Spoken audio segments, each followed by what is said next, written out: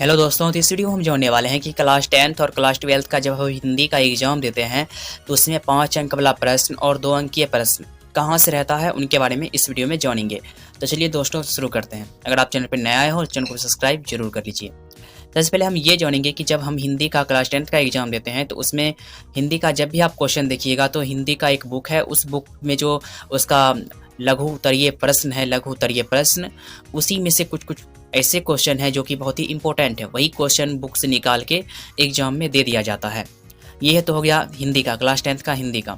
अब हम ये जानेंगे कि क्लास 10th का हिंदी जो है उसमें 5 अंक वाला प्रश्न कौन है। तो उसमें आपको मिलेगा, अगर कहानी आप पढ़ रहे हैं, कहानी से अगर प्रश्न लेगा 5 अंक का तो पूरे बोल देगा कहानी का सारांश लिखने के लिए। इसलिए कहानी का सारांश अच्छी तरह से सीख लीजिए। जैसे कि जाति प्रथा है, तो जाति प्रथा जब हम पढ़ते हैं तो उसमें उसका शॉर्ट में कहेगा आपको लिखने, यानी सारांश लिखने के लिए। तो आप अगर उसे सीख जाते हैं तो आसानी से सारांश लिख के नंबर ला सकते हैं।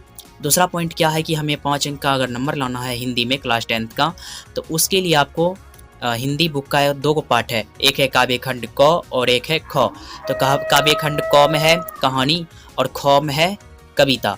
जब ख वाला जब बनाइएगा तो उसमें क्या होता है कि उसका आपको मिलेगा भाव स्पष्ट कीजिए, यानी कि उसमें आपको देखने को मिलेगा भाव स्पष्ट कीजिए, जो कि 5 अंक का हर साल एग्जाम में आता है। यानी कि आपको संस्कृत में मतलब हिंदी में मान लीजिए अगर रहेगा राम नाम बिनु बिरथे जगी जन्मा, उसका कहेगा भाव अर्थ स्पष्ट कीजिए।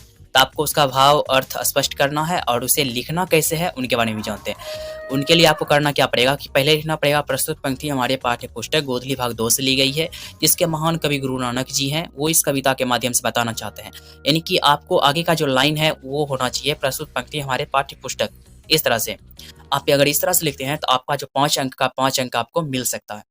उसके बाद हम ये जानेंगे क्लास 12th में अब हम हिंदी में जो 2 अंक और 5 अंक का प्रश्न है वो कैसे है। इसमें भी सेम टू सेम कंडीशन है कि उसका जो आप देखते हैं बुक का आंसर क्वेश्चन, उसी में से कुछ क्वेश्चन उठा के दे दिया जाता है एग्जाम में।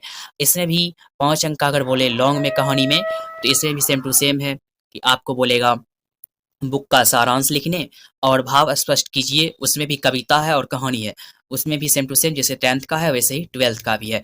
आप उसे आसानी से बना सकते हैं। अगर आपको यह वीडियो पसंद आया हो तो चैनल को भी सब्सक्राइब जरूर करें। मिलते हैं